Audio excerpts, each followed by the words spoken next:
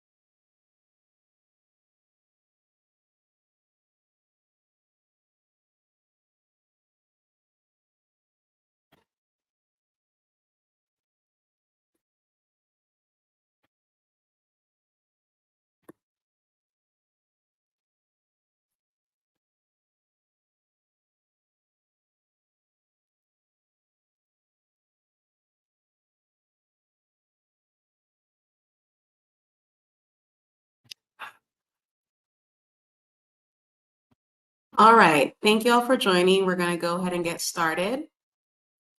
On behalf of the Center for Community Engagement, Environmental Justice, and Health at the University of Maryland School of Public Health, I welcome you all to the ninth symposium on environmental justice and health disparities.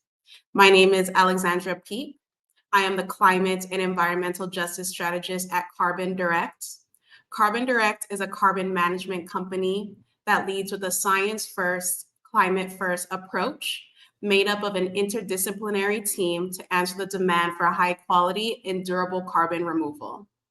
I would like to thank all of the organizers at the Center for Community Engagement and Environmental Justice and Health for all of their hard work and dedication to putting together another year of important conversations and powerful collaborations, as well as immense gratitude to the event sponsors, without whom the UMD EJ Symposium would not be possible. In addition, I'd like to give a special thanks to Dr. Christian Branian, the head of Climate Justice Department at Carbon Direct. Thanks to Dr. Branian, we are gathered here today for this panel as he was a visionary and architect of this session. Now for the main event. This panel session is on climate and environmental justice implications of carbon dioxide removal, CDR, and carbon capture storage, CCS. CDR removes emissions from the atmosphere, while CCS captures carbon from industrial processes before it enters the atmosphere. Carbon removal supports a drawdown in emissions, while carbon capture and sequestration can help to neutralize emissions associated with burning fossil fuels. The Intergovernmental Panel on Climate Change, or IPCC, the scientific body assembled by the United Nations, who is responsible for advancing scientific knowledge about climate change caused by human activities, has issued a red alert in their latest report released this year. Climate change is already here, causing extreme weather and climate disasters and leading to altered marine, terrestrial, and freshwater ecosystems around the world. The mass mortality of plants, critters, animals, and small organisms, as well as measurable impacts on the economy and livelihood losses, causing alteration of cultural practices, displacement, and loss of human life. The urgency now is to reduce and remove greenhouse gases and stay below global temperatures of 1.5 degrees Celsius. The climate crisis, while human-induced, was not caused by all humans equally, and the worst of the impacts are affecting the least responsible. These including people living in the global south, such as Latin America, Asia, and Africa, and low income and Black, Indigenous, and people of color living within rich countries. Several mitigation strategies have been laid out by the scientists in the IPCC report. Among them, carbon capture pathways and technologies, to reduce and remove CO2 from the atmosphere, which is necessary to avert reaching global temperatures of above 1.5 degrees Celsius. Today, we are here to discuss the implications of mass deployment of CDR and CCS technologies in the context of environmental and climate justice, a movement from around the world that recognizes the disproportionate impact of climate change on vulnerable populations, made vulnerable because of histories of colonization, neocolonialism, racial inequities, and marginalization. I am pleased to present your moderator for this panel, Dr. Astrid Caldas. Dr. Caldas is a senior climate scientist for community resilience at the Union of Concerned Scientists. Her work focuses on community resilience, science communication, environmental justice, and equitable climate-related policies with practical implications for nature and society. Welcome, Astrid.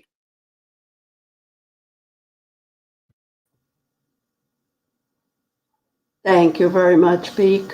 Hello, everybody. Thank you for being here.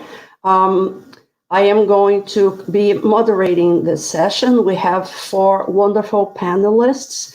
The way that this is going to play out is each panelist is going to speak for about 8 to 10 minutes. And then we're going to open up for your questions. So please put your questions in the comments and we'll keep track of them. And we're looking forward to having a great discussion. I'm going to now introduce the panelists in the order that they will speak. I'm just going to give their names and their the titles and organizations. Their bios will be available, full bios will be available in the program. So in the interest of time, I'm just going to do a quick introduction. So first to speak will be Maya Batres, Senior Advisor for Climate Equity at the Nature Conservancy. She will be followed by Dr. Ana Batista, Associate Professor of Professional Practice in the Environmental Policy and Sustainability Management Graduate Program at the Milano School of Policy, Management and Environment. That's a mouthful.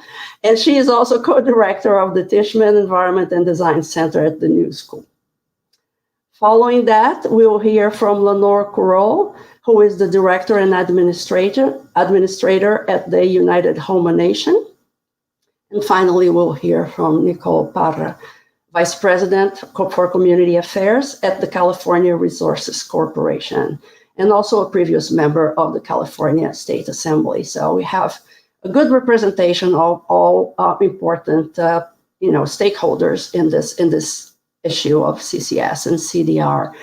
And without further ado, I'm going to pass the mic to Maya. Maya, take it away. Thank you, Astrid, and thank you to the organizers for having me. Again, my name is Maya Batres. I'm the Senior Advisor for Climate Equity at the Nature Conservancy. My role at TNC is focused on integrating principles of justice and equity into our climate strategies in North America.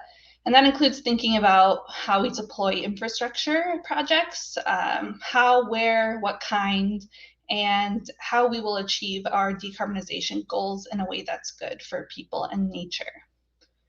My main role on this panel today is to lay the groundwork for a discussion on environmental justice and equity considerations related to carbon management approaches, which is no short order, but luckily it's not just up to me. I'm joined by a host of great panelists who are going to go more in depth than I will just in my brief remarks to start. And I'm excited for this conversation. I feel like I'm kind of going into this blind. I wish I could see all of your faces, see who's in the room, and have the opportunity to network with you later. But I just want to say thanks for joining us because I think it's such an important topic. So I'm going to try and do 2 things. The first is to really lay out the suite of technologies and approaches that we're talking about. And the second is to map out some of the environmental justice and climate justice considerations that may apply. And again, I'm really looking to my co-panelists in this session to go more in depth on these issues, but just want to lay the foundation here a little bit. So the first is that carbon management is a pretty broad term, and it includes a lot of different things, but at the very least includes carbon capture and carbon removal approaches.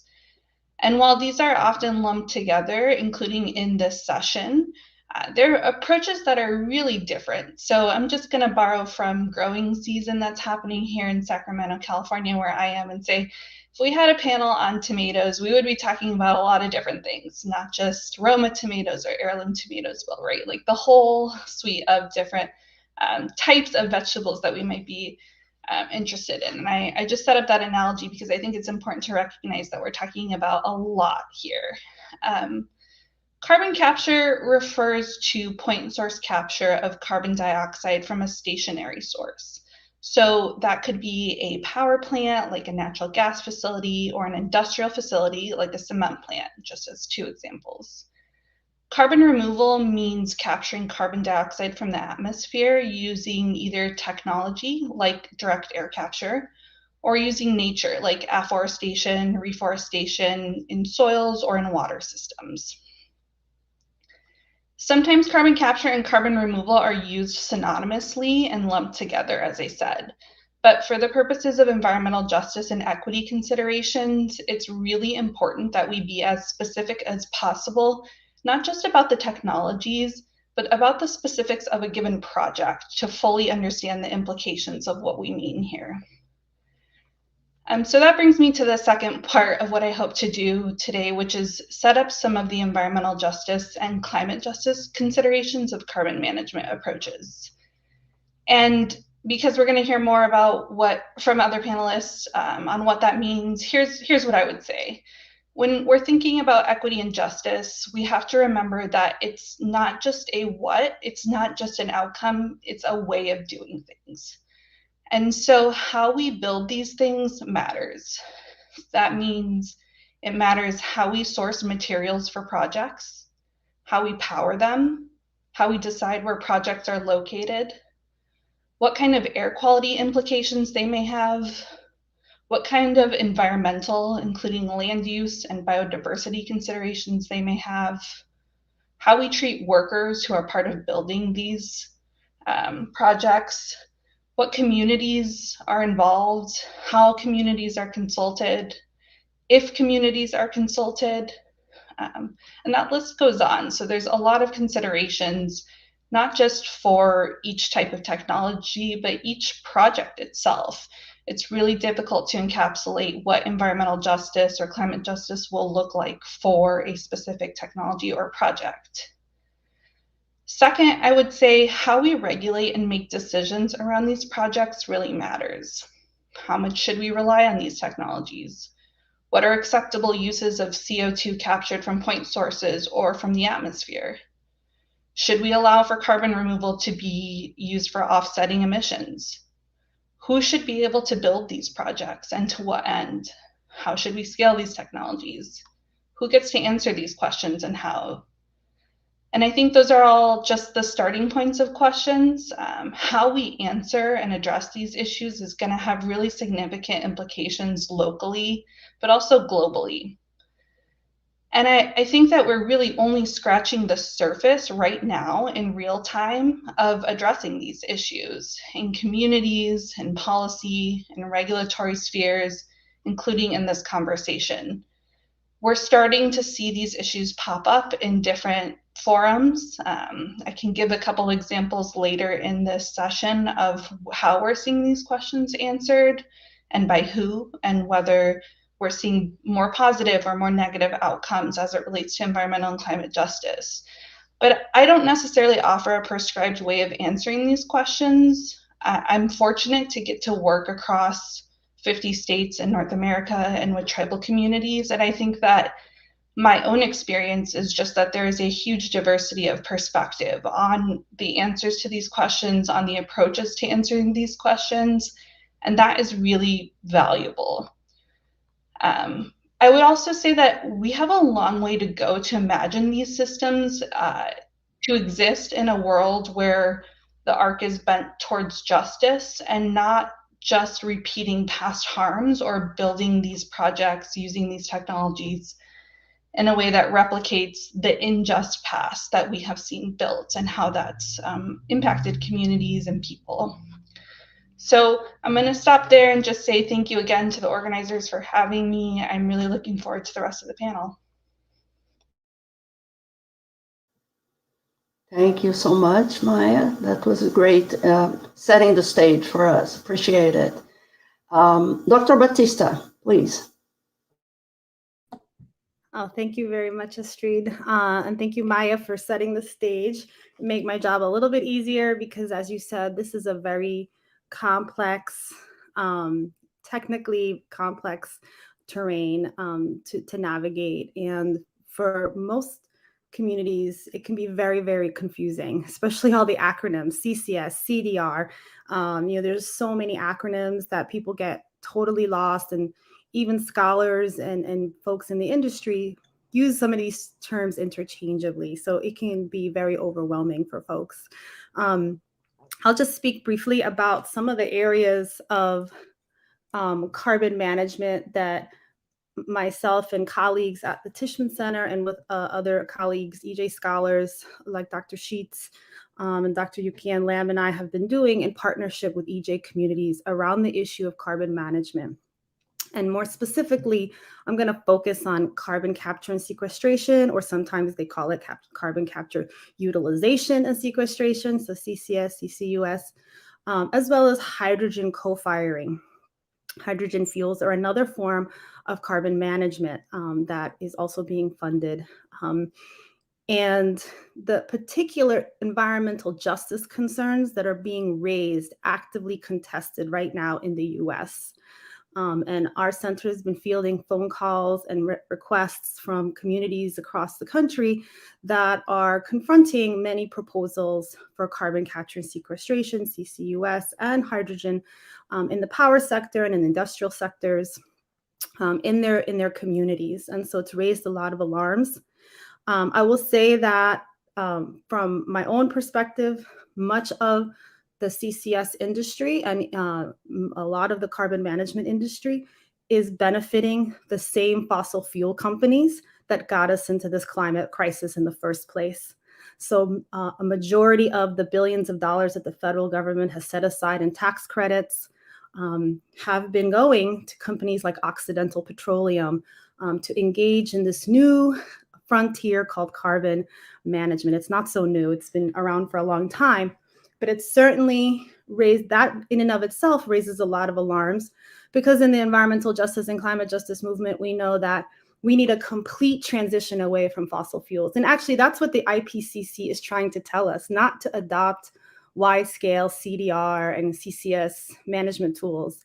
Not that they're absolutely inevitable. What they're modeling is different scenarios of the future. And what they're telling is if we want to avoid catastrophic climate change, we need a rapid and complete transition away from fossil fuels. Now, if you fund fossil fuel industries to entrench their infrastructures longer, which is what CCS does, we risk very much not ever transitioning from these fossil fuels or delaying that transition. And that's because carbon capture and sequestration, many of the fossil fuel companies are using that to keep their power plants, natural gas and coal plants online longer, to continue to do industrial processes that have harmful impacts on local communities of color and indigenous communities. And it completely entrenches those same patterns of environmental racism and environmental injustice. So that's one of the biggest concerns around some of these technologies. I'll mention that some of the work that we're doing currently with EJ communities is looking into the best available science and data and concerns around the risks that environmental justice communities overwhelmingly are being asked to bear in the rollout of CCS and hydrogen co-firing infrastructure in this country. And we've done some preliminary mapping that shows very clearly that the existing infrastructures sit disproportionately in environmental justice communities. And so any of the risks that come with capturing, storing, transporting this technologies falls on these communities that are already overburdened and underprotected. So some of the concerns specifically that are being raised in respect to CCS and hydrogen co-firing relate to the co-pollutants that come from the energy penalty to run this industrial infrastructure to capture carbon post-combustion at plants. There's good evidence that there in fact is quite a bit of an energy penalty and quite a few co-pollutants. And co-pollutants are just your everyday air pollution that impacts people's health today, not just CO2 that impacts climate, but pollutants that harm people's health. And many of these communities are already overwhelmed with other detrimental pollution impacts. So this is contributing to cumulative burdens, these co-pollutants. There are also many risks and questions around the sequestration. How is sequestration happening? How is the transport of CO2 being done? And we already have many communities in the Gulf South who have faced this question, who have experienced the risks of exploding pipelines, and also have raised many, many questions about the viability of permanent sequestration and question that. Much of the sequestration of CO2 that's happening today is being used for enhanced oil recovery. So it's being used to push out more oil and gas rather than for climate mitigation purposes. There's also concerns about water scarcity, nitrogen oxide contamination related to hydrogen, coal firing. There are concerns about chemical spills and water contamination in aquifers. Seismic activity. There are communities in the Gulf South and in other parts in the Ohio River Valley that raise concerns about seismic activity when it comes to injection of carbon. These are just a few of the risks. And the most important thing that communities are raising at all these risks are being placed on communities that are already overburdened, already cumulatively impacted and susceptible, and have very little regulatory protections in place. Many of these communities don't have protections in the form of cumulative impacts policies. NEPA has been weakened, so many of these communities are not even sure what all the jurisdictional oversight will be to regulate these facilities. What kind of permits will they need? How will monitoring and long-term safety precautions be taken? And unfortunately, communities in many cases are being blackmailed into accepting projects, being told that it's inevitable, that they're going to get it anyway, so they better come up with community benefit plans. And in some cases, we've heard of communities being forced to sign NDA agreements. So there are many, many concerns about the governance around community engagement. The federal government is talking a lot about meaningful participation, but they have not said that communities have the right to say no. And if communities don't have a fundamental right to interject into decision-making processes and say no and push back and to raise the issues of risk and have those risks be dealt with, then they don't really have an opportunity for meaningful engagement. And that's part of the issue that many communities are facing right now, especially in states where much of the delegated authority will go to states. And in states that already have a poor track record of protecting their communities, allowing states to be in charge of the permitting and the oversight and the long-term monitoring for these issues brings in even another layer of risk for environmental justice communities that are vulnerable. So there are a whole host of ethical questions that come into play, and there's a rush to go right to how do we do meaningful engagement? How do we do community benefits for climate, for EJ communities, without first acknowledging and dealing with and getting a full accounting of the risks that communities are being asked to bear, and trying to mitigate and protect those communities first from those harms before you're asking them to bear the risks. In other words, if carbon capture and sequestration and carbon and direct air capture hubs and hydrogen hubs were being placed in white, wealthy communities, that would be a different conversation, perhaps. Maybe those communities are not already overburdened and facing cumulative impacts. But that's not what's happening currently, unfortunately. And so we need to think about what are the ethical considerations of jumping into conversations about meaningful engagement without first having the conversation about the risks and who's benefiting and who's burdened by this push and rollout for federal funding and incentivizing of these infrastructures. So I'm going to stop there. I've said too much, but I'm happy to take questions later and share some resources in the comments section too that people can look at. Thank you so much. Before we move on, can you just define energy penalty and NEPA? I have somebody asking that they don't really quite understand. I apologize. Yes, I was going too fast.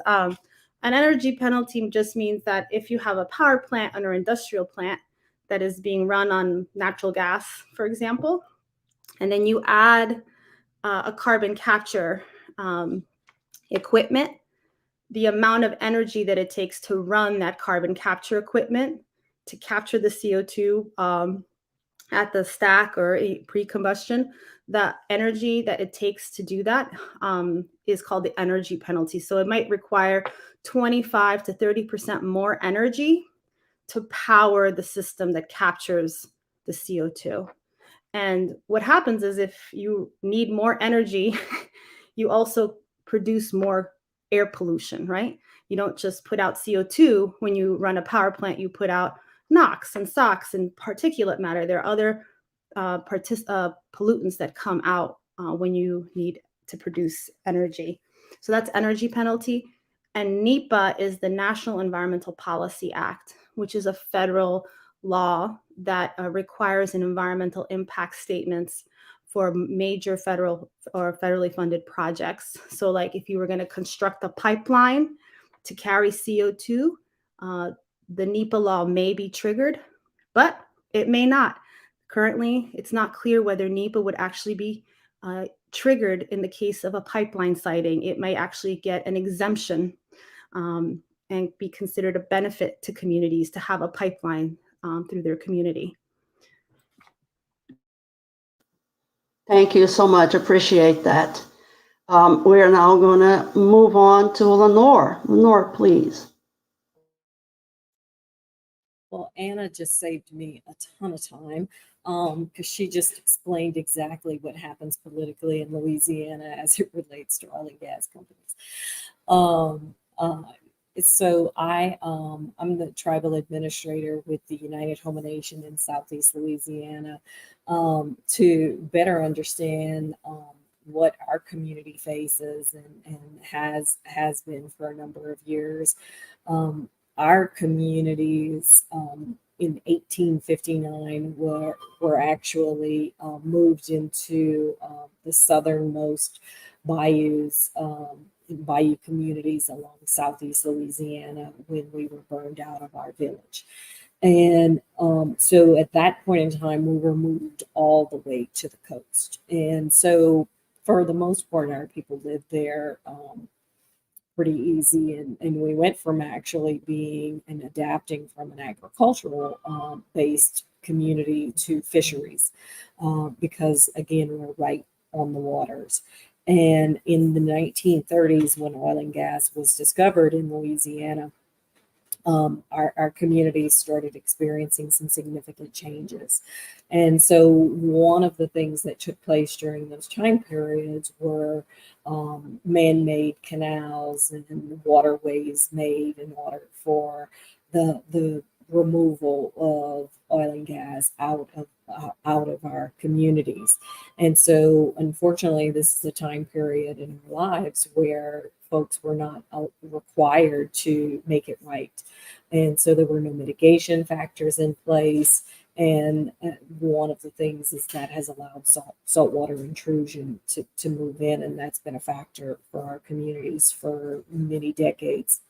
And then we stack that on with the climate change issues and sea levels rising and those kinds of things. And we sit in this very precarious environment where we lose a football field of land where our tribal communities are the front line every hour. And so one of the things that's extraordinarily disheartening is there's no movement on the part by the state in any way, shape, or form to stop the bleeding, so to speak. And so, just last month, we've got the notice that the Biden administration has issued a $1.4 billion allocation for carbon capture, sequestration, and carbon removal in Louisiana and Texas. And that sits right smack in the middle of an extraordinarily fragile environment. And so the community and where I'm physically sitting now, we're at like 10 feet sea level, 10 feet above sea level. And by way of, for a lot of our communities, that's really great. because the lower bayou community, some of them are below sea level. And then, so that's very problematic. So one of the things that when you look at this really vulnerable environment and you match this with the issue of the discussions and what we're hearing on the ground, is the proposal of capturing carbon and using pipeline technology and injecting carbon into the lower layers. Well, you know, there's a reason in our community we bury people above ground. And that's because when you just go about a foot, you're hitting water. So our water table is very close. And so the challenge is that when we look at it and you look at the areas where there may have been issues of carbon retrieval, carbon sequestration, and things like that, this has not been done in a community like ours. And so the problem lies is they're more than likely in Louisiana, especially because all of the areas they're proposing are in the coastal areas, as this is going to be getting into the water system. And, you know, and I'm not a scientist by any means, they're a stretch of the imagination.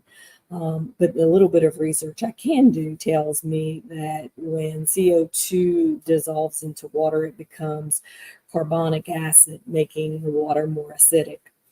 And so then what does that do to our communities? And what happens there? So one of the proposed sites that is in discussion right now actually goes from a community called Des Allemands, which is a very super small community in one parish, and travels over into the community I actually live in that is primarily African American community. But what's interesting is that will cross our drinking water supply. And so the problem lies, and I think Anna hit very heavily on the folks making money off of all of this, or the perpetrators of all the pollution that we've experienced. And the unfortunate part is who's doing the vetting and looking at the real impacts. And so questions and concerns about how is this going to affect fisheries, plants, and if there are impacts, the drinking water, and if there are impacts, how long does it take before someone actually takes action if they do? You know, because that's the unfortunate thing of what the community experience has been. And so it's a very scary prospect of what this can have and can do for our communities. And it begs the question of who's really looking out to help the communities. So I thank you. Thanks, Lenora. Very well said. Nothing like being on the ground and seeing everything that's going on and feeling it on your own skin, right? Okay, we're going now to Nicole Parra, and it's our last speaker, and take it away. Well, thank you. Thank you to the organizers. Thank you to my fellow panelists. I do have a PowerPoint presentation, but before I start, Nicole Parra, Vice President of Community Affairs. I'm right now in Kern County in Bakersfield, the place that I was born and raised. And, you know, just a couple points on, you know, for us here in California, when we're looking at some of these projects, and what I'll be highlighting is enhanced oil recovery was banned in California last year. And also where our direct air capture project and some of our carbon sequestration, in fact, a bunch of us were walking door to door yesterday. That's one of the things I pride myself on, is we're really just even with any information or any updates, you know, walking door to door in the communities surrounding Elk Hills, which was a former naval preserve, a reserve. You know, that's where in Elk Hills, you know, the closest communities are about 4 or 5 miles away. And so we pride ourselves on, you know, education and outreach. But as I was asked today to kind of talk about specifically what we're doing in Kern County, specifically our partnership with community on our community benefit plans. It's unfortunate that in many areas that, it's sad to say, and hearing from Anna about forced, non-disclosure agreements or community benefit plans, that just breaks my heart. And I say that because as someone who's represented and been involved with community, one of the things when I was working on the community benefits plan for the direct air capture hub, we prided ourselves on the community, coming together, the community forming the advisory panel. And I'm going to hit present here. So let's see slides. I think I just do slides. So Google Slides. Oh, I don't know. What am I supposed to? I thought I just hit present. Let's see. Share screen. Is it share screen? Are my slides? I thought they were on. No. Did you press present? Yeah, I have present. I thought they were already loaded up. Okay, present. And then what do I hit? It says slides, right? Hit slides. It says I have no slides. Okay, let's see if I can. No. Okay. So I hit present. Do you know where my slides are, anyone? We're messaging the Okay. organizer. All right. Let me see if You I could can talk on it briefly. Mhm. Well, Talk so briefly. yeah, the slide's gonna tell the story. Let me see here. Would I be able to share if I go to my computer? Yeah, let me try that.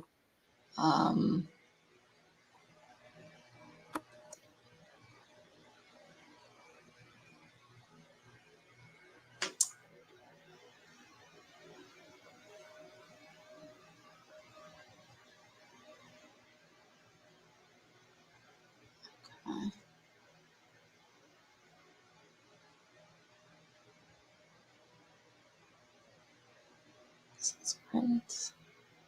Computer. File.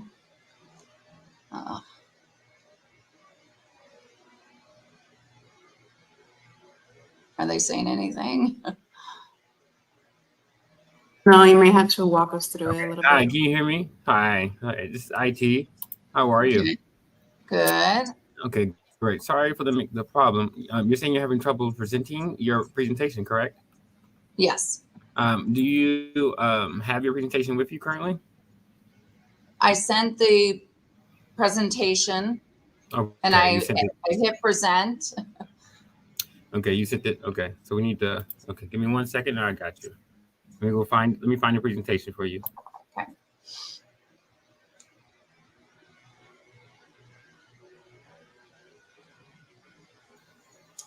While we wait, if anybody has any extra points that they would like to make, please feel free.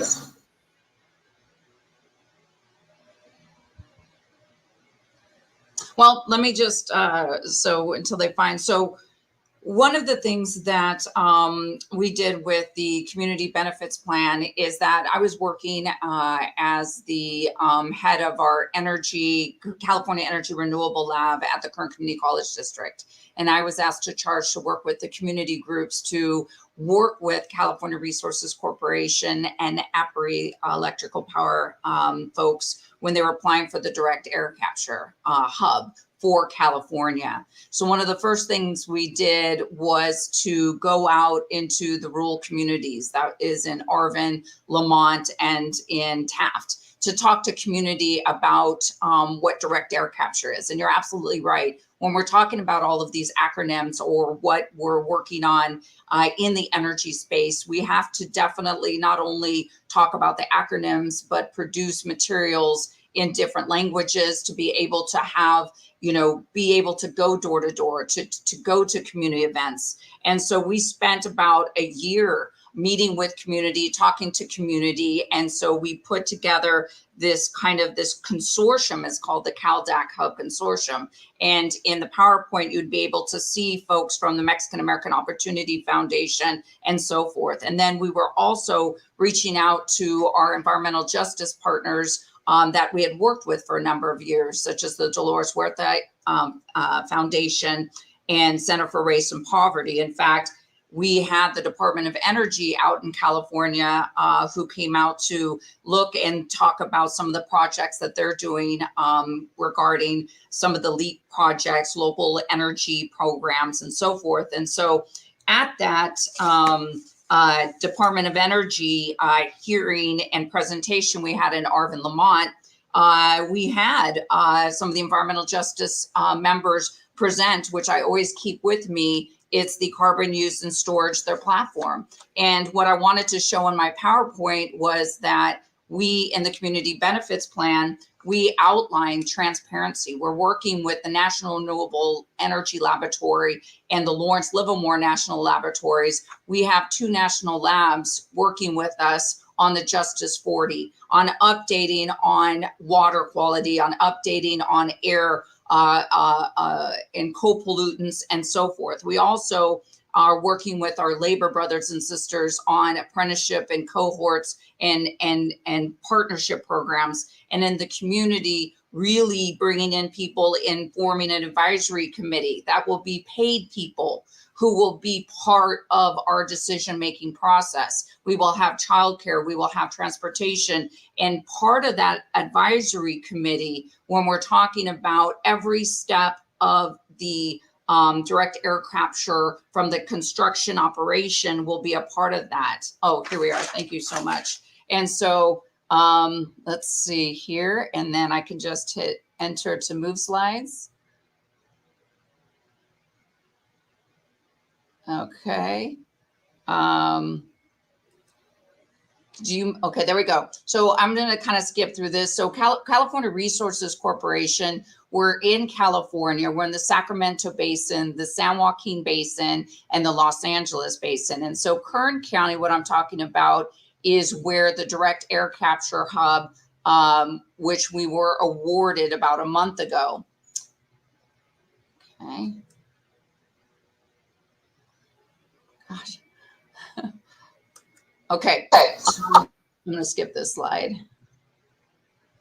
It's kind of, there we go. I'm going to skip these. I'm going to get straight to, there we go. So Kern County at a glance, just so you get a big picture, is we are the #1 ag producing county, San Joaquin Valley, in the country. And then when you look at the energy capital of California, to give you some perspective, we provide in Kern County 70% of the oil and 60% of the renewable energy in the state. If it wasn't for our county planner, Lorelei Oviatt, who 20 years ago started siting wind turbines and solar panels, our grid, our California grid, would not be as stable as it is now. When you look at the 3 largest counties in California, with Kern County being #2, providing those resources to the grid to keep our electricity on in California. So Kern County, again, while providing our transportation fuels and many things, we're also providing 60% of the renewable energy in the state. Do I just hit enter here? Okay, so significant federal and state investment in Kern County. I wanted this slide to really show the perspective of state and federal investments in our county. Again, based in agriculture and oil for decades. We worked really hard to design our High Road Training Partnership grants, our SURF grants, which are a Community Economics Resilient Fund with our labor brothers and sisters, our Community LEAP grants from the Department of Energy. We got money from the state budget, $50 million. That's what I was executive director of. To create a California Renewable Energy Lab. And with that lab and the $2 million partnership with California Resources Corporation, we were able to stand up 3 energy institutes. And we have our clean transportation, our carbon sequestration, and carbon capture and sequestration, and then partnerships with CSUB. And then we mentioned here Carbon TerraVault. Next slide. Thank you, you're doing it. The DAC Hub Consortium, you can see in the San Joaquin Basin, it would spread out throughout California. And skip next slide. Sorry, I want to go through these because I understand time. Our DAC, Direct Air Capture Hub, is really, we have different clusters. Next slide, please.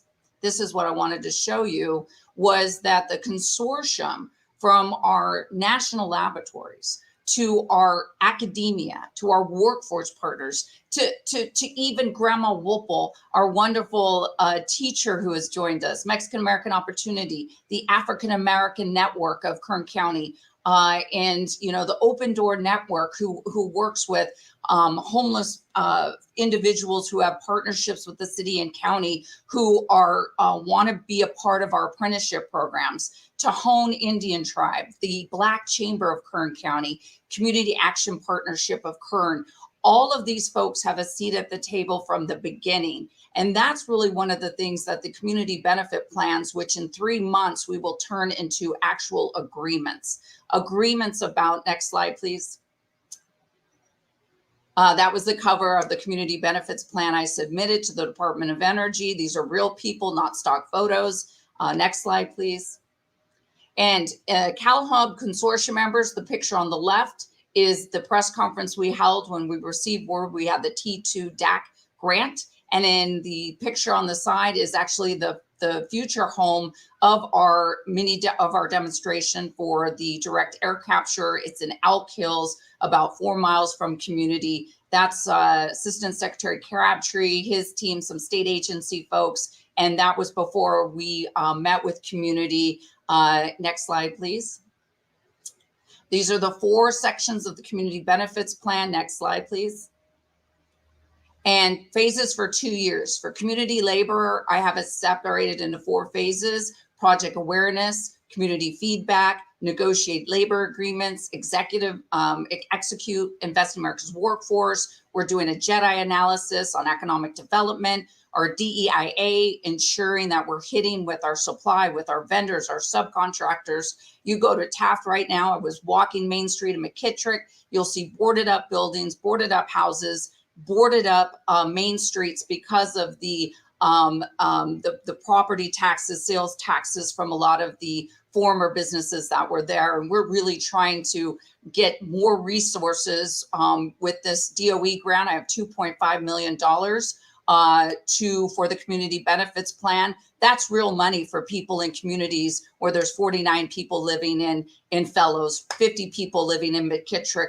This is game changing for a lot of these communities. Justice 40, we're developing a Justice 40 database and dashboard by phase 4. I want to create with the city and the county and the community a Justice 40 community center. Next slide, please. We are always looking at the lens through, two-way engagement. And we're looking at, for us, the sequestering of carbon would be 8,000 feet below, not impacting the water tables. But again, we work very closely. We're applying. We have an application for a Class 6 permit. And if any of you, I know many on this panel have read the go, no go, how much work goes into, these permits, and working with, our Region 9, Martha Guzman and her team, to ensure that community is involved and updated, and we have all of this in a transparent way. Next slide, please. Go ahead and skip this slide. Justice 40. These are the things. We're going to have a dashboard in real time, updating community, different languages, different places, door to door. People, and I'm trying to get something even, we're going to do community block parties. We're going to be in the community, interview with community on direct, indirect, renewable energy demand. Oh, and our partner Climeworks for the direct air capture. The power sources are going to be renewable in our current front. That's solar heating up the DAC. And so Climeworks would not work and was very stringent on ensuring that the power source was renewable. Community air quality monitoring. Next slide. I think I have a couple more. And just some of the quotes from some of our leaders. Okay, go ahead and end the slide deck. Okay, so we're really, I'm really, proud of the work we've done, but this is just, one area. We're doing some geothermal work. We're doing some long duration energy storage because in California, we need an all the above energy policy. We cannot afford, and we have to be able to support our communities, bring in our communities, but everything that you all are talking about in your communities, we all need to work together to help each other in every region. And so I am, like I said, I'm proud of the work we've done in Kern County and the state and the partnerships we've made, because I live here, my family lives here, and I have a record of community. And I'm taking this company, our CEO, Francisco Leon, and Nelly Molina, our CFO, Mexican Americans, who said, Nicole Parra, you go, you tell us what we need to do. We're a company, we have your back, and we're going to do and be the leader in this energy transition and bring everyone with us. So boom, sorry about that, folks, that my PowerPoint was late. Thank you. Thank you. Thank you, Nicole. Appreciate it. There's so many issues, but I think you did very well with your time, considering all the technological challenges. So that was excellent. So at the moment, we have no questions from the audience. So I'm gonna keep going, and I'm gonna ask a few questions. For Maya, starting with you. You mentioned the several technologies that are being developed, and to deal with the issues that come along with this emissions and everything. But what are ways that these technologies could be implemented with regards to climate justice? Are there any best practices? Are there any examples of ways to implement technologies that you think would be, the companies should really look for?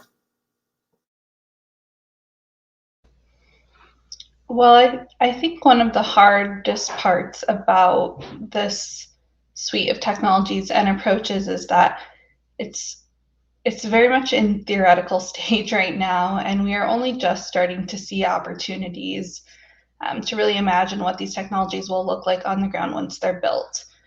The example that I would point to as one that's really interesting to me is led by a coalition of folks called the Community Alliance for Direct Air Capture. Among other folks who are part of that alliance, Carbon 180 is leading it. California Berkeley Center for Law, Energy, and the Environment is part of it, other organizations. And the way that they're approaching this through the DOE funding for a direct air capture hub is to start with community, and this is in the San Joaquin Valley, to start with community engagement and to have that really be the focus of the work rather than the reverse, which is decide that you're going to build a project, go in and tell the community about it. They're really starting from the community's perspective to better understand whether this is something that works for them. And if the answer is no, then that's where the project will end. And I think that that's an interesting approach to thinking about how these technologies could be implemented in a way that centers equity and justice first, as opposed to trying to apply a lens of equity and justice after the decision around building a project has been made. So that's one that I would point to as an example. Thank you. That was very good. I'm going to follow up with a question for Anna. You mentioned that there are risks of leaving state governments in charge of regulatory oversight for the hubs, the AC hubs. Some of these governments have the history of environmental injustices in Black, Brown, and low-income communities. Do you believe the federal government is more equipped to mitigate them? It's a good question. Unfortunately, neither the federal government nor state governments are well equipped to handle many of these things, because many of the governance questions and permitting questions around these risks have not been fully fleshed out.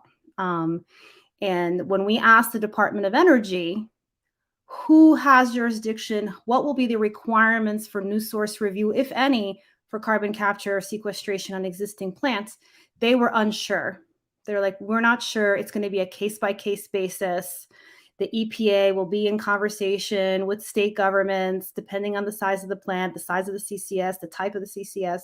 So there are many unanswered questions around governance and regulatory oversight. That being said, the folks down in Louisiana, in cases that are the class 6 wells, the primacy fights around the country bring into clear relief the fact that there is very little confidence in the record of certain state governments to oversee very important long-term monitoring and enforcement of environmental laws and protections for communities in places like Louisiana. And so there are a lot of questions about whether state governments can do that work at all. And certainly a lot of communities are pushing back and asking the federal government for greater clarity. And there is an opportunity for the federal government to do a lot more work on its part to clarify the jurisdictional questions and the regulatory and risk questions, long-term risk and monitoring questions that are not yet answered at the same time that projects are actively being funded. Tax credits are being given as direct pay credits to companies without requirements around long-term monitoring and liability questions still unanswered. So in 50 years, you're talking about permanent sequestration. In 50 years, who holds liability if there's a seismic event or a leak or an explosion? Who's actually monitoring? In places like Norway, where they have tremendous investments in government structures, they've seen abject failure in long-term monitoring of a lot of their sequestration projects. And this is a country that's invested a lot of money in their governance. So their conclusion from that very big investment that their federal governments made is, we're not ready yet. We're not ready for sequestration yet. It may be a thing we need, but we need a lot more work on the governance side to get this right. And unfortunately, in this country, EJ communities are being asked to take the risks up front and to really bet their lives that we'll figure this out later. Yeah, thank you. That's very interesting, because another thing that we hear is that if the states get primacy, then they may have a much faster process without all the due diligence in some situations. And we know that's happening right now on the offshore wind off the coast of Louisiana, which is the same kind of thing. They're not doing the due diligence, and the state is trying to get the primacy. So there is also that issue of the state wanting to do it because their process is not as complex as EPA federal, right? Is that correct? That's right. I mean, they want to streamline the process. And they've said they've been very, very, I think Louisiana is a great case study. Texas, a lot of states are like very upfront about their wanting to take primacy to speed up the process, streamline it, and not necessarily to add additional protections for communities. And they've admitted if you read the Louisiana Attorney General's letter to the EPA, he basically admits that we don't have a good track record of enforcing our own environmental laws. So it's really egregious in terms of what states are trying to do to really steamroll this. And unfortunately, I'll have to say that Justice 40, which is supposed to bring benefits to EJ communities, is being used as a tool by the Department of Energy to say, this is a, carbon capture in a pipeline. That's a benefit to your community, irrespective of whether you want it or not. We're going to consider it a Justice 40 benefit in our calculations in our dash cam. And that's how DOE is going to be treating all manner of carbon management projects, from hydrogen co-firing, DAC, CCS, CCUS. That is a huge opportunity cost, because those are dollars and targeted funding that could have gone into renewable energy transitions that communities may not see. Thank you so much. I'm going to kind of flip the question here. We had a question that is, what resources are available to help communities so that they can understand the issue better, and what actions can they take once they understand it? I'm going to flip the question and ask Lenore, what resources would you like to see available? What would you like to see change in these processes so that the community is well informed and know what actions can be taken? Like, for instance, what stage of NEPA can the community intercede or have a voice, right? So yeah, that's my question, Lenore. So one of the things that's really tragic in the way a lot of this is handled is the public notification process of these kinds of projects is very limiting. So notice in the newspaper goes out that there's this public meeting, and if folks are just not dialed into that type of thing, it'll go completely unnoticed, which folks tend to I think appreciate to a certain extent. And so one of the things I think would be extraordinarily helpful would be the opportunity to have more training for science, even within our school systems, on the science of all of the things that are in our community that our kids can be exposed to, because they're going to be the generation inheriting all of this, so that they can be informed to be able to then better understand moving into all of this. I think it would be really, really important. But the other thing is holding the feet to the fire to the state agencies that there's true engagement, and that it's not just rubber stamps, of what goes on, and where there is an opportunity for real discourse with not just a general meeting out there, but the very people that are going to be directly impacted by particular projects. And so that there is a meaningful way of notifying and engaging those individuals, and being able to have some level of training so that people can give thoughtful feedback. It's basically, hey, here's the project and come and give your feedback. You've got 5 minutes and that's it. And so I think that's one of the things is it's really not true community engagement. Thank you so much, Lenore. And I think that leads me to a question that I had for Nicole. Nicole, can you talk a little more about the community agreements, which in some ways is kind of connected with what Lenore has been talking about, what are the real benefits, how the community, gets engaged, et cetera. Yeah, and so for our, I know what Project Maya was talking about, the group for their T1, they received the DAC award to move on at that kind of T1 level. We applied and received the DOE funding for topic area 2, which means we're ready to do the front end engineering study, which we need to demonstrate to the Department of Energy that we have accomplished what we said in our community benefits plan, which is over 24 months, 2.5 million, in addition to being able to show that the technology works and that we were able to sequester 50,000 tons of carbon. So for us, it was important to be able to have, which we're fortunate to have, the reservoir in Elk Hills. So when we're going to community and talking to them about the project, it wasn't, we're doing this, now join us, not at all. It was, we have the ability to capture the carbon. We are applying for a feasibility study. And a year ago, we started, will you join us in this partnership? And many of them said, well, tell us about the partnership. So we even had to, with community, what would be the best way to communicate, which methods?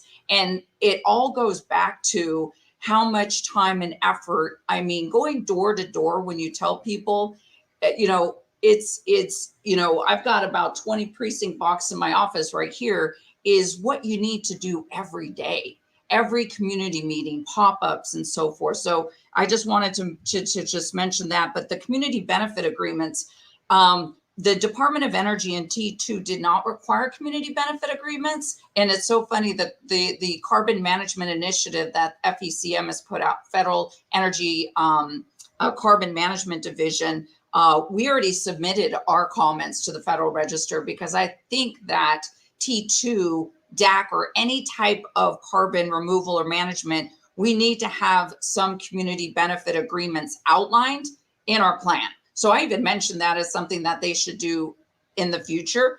But I preface that by saying the community benefits committee that we will be forming with people from the community, labor, I will invite environmental justice to have seats and to be able, I didn't want to dictate what the agreement should look like. It will come from this committee within 3 months. And many in the community, many of us who've worked in the community, you know, many of the things is whether it's to ensure that there's some air monitors in the communities, that there's real-time monitoring. One of the things that has happened, we had a lot of flooding that hit our rural communities. And because we don't have the infrastructure and levees to protect our rural communities, and then when incident command is set up during emergencies, as many of you know, that it's incident command will call someone and say, okay, communities evacuate.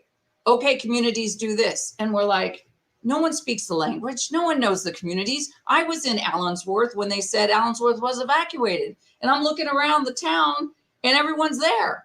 And so everyone in California reads in the LA Times, oh, Allapaw and Allensworth, the community's gone. No, they weren't.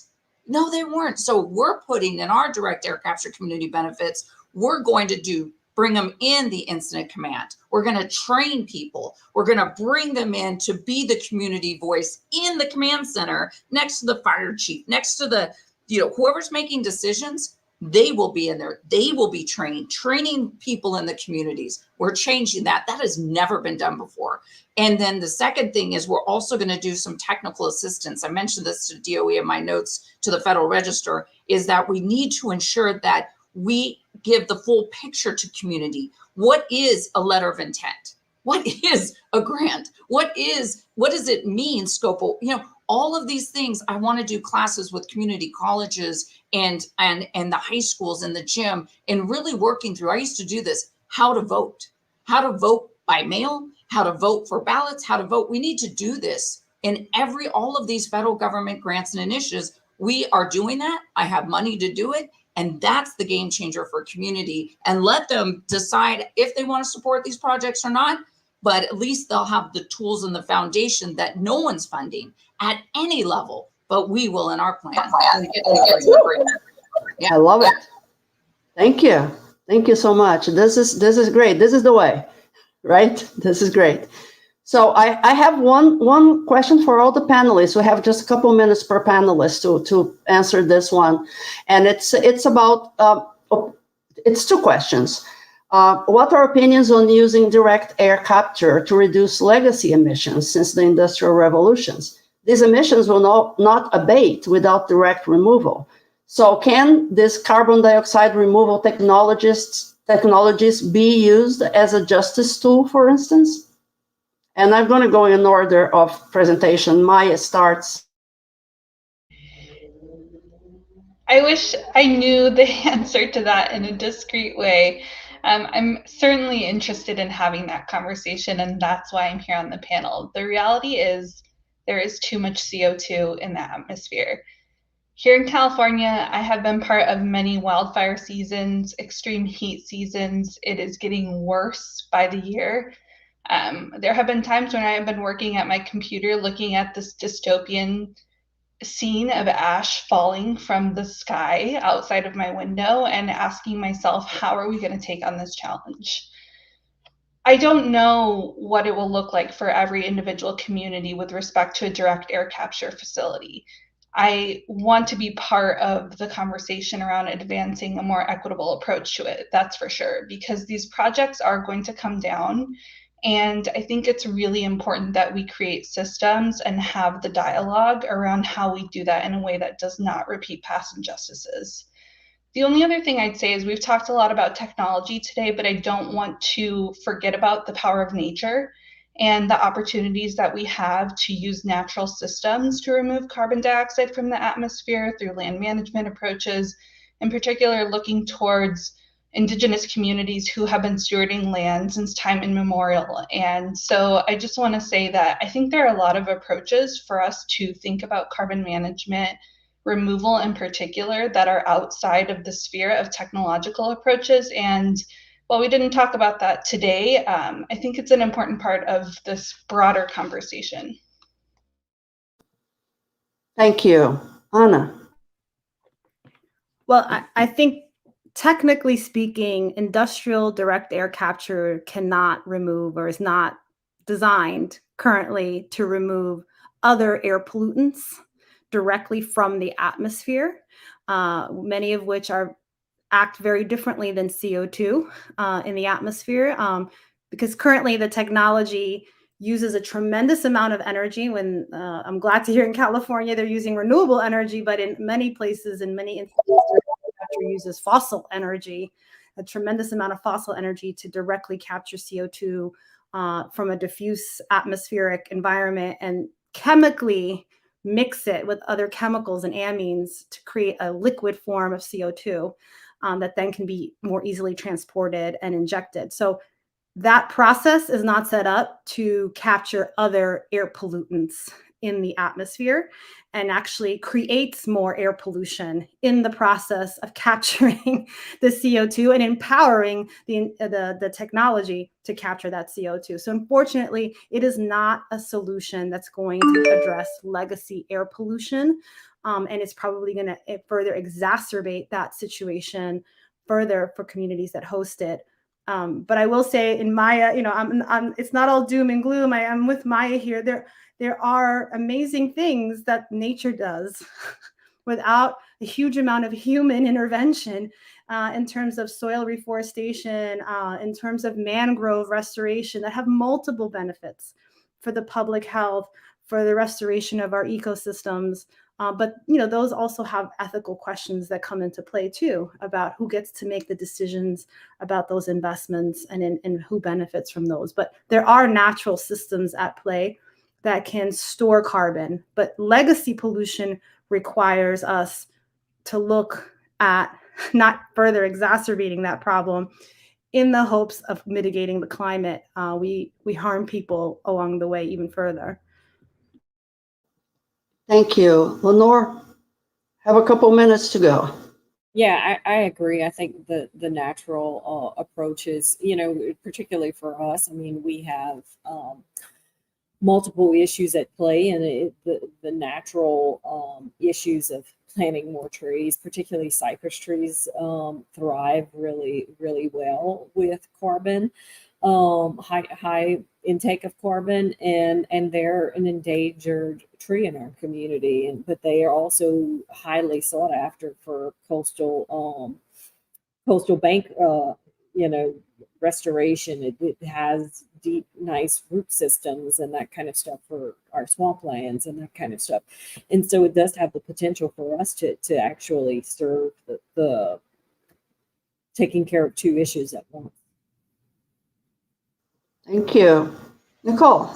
Yeah, and I'll just be quick. Look, to meet our California climate targets by 2045, carbon neutrality, we need to do everything that was mentioned here. And so for us, direct air capture is just one tool. We're doing studies in Elk Hills and partnering with the California Energy Commission and the DOE, hopefully DOE, to be able to look at geothermal, to be able to look at 24-hour long duration energy storage. We don't want to have to keep this grid, our, Cal ISO to be, continuing to band-aid the solution to find energy sources to keep our lights on. And the ban on internal combustion engines in 2035 in California, to ensure that we have rebates to people in our rural communities who are not buying Teslas, who need a used car, but they want to be clean, whatever source it is, to give them the benefits and not just certain zip codes in the state of California. We really need to look at the greenhouse gas funds of where the regulated entities are spending or sending the money and how those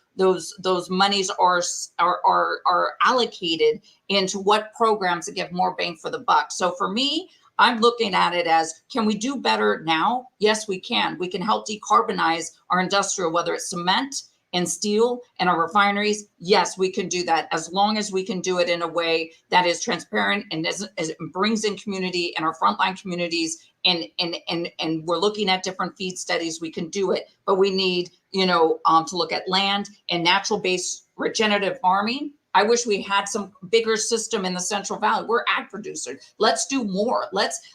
And water. And there's so many things that we can do now instead of just trying to, if we ended fossil fuels tomorrow or the next year, our economy, there's so many different things than transportation fuels. And especially like in California rural communities, how would our economies exist if we banned it today?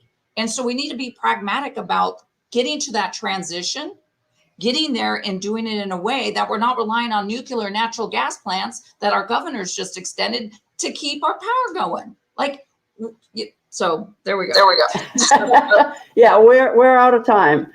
So I would like to thank all the panelists. This was a great discussion. Thank you all for agreeing to be here. I would like to thank our audience and, of course, the University of Maryland and Environmental Justice Symposium organizers. Thank you so much, everybody, for being here. This was a great conversation.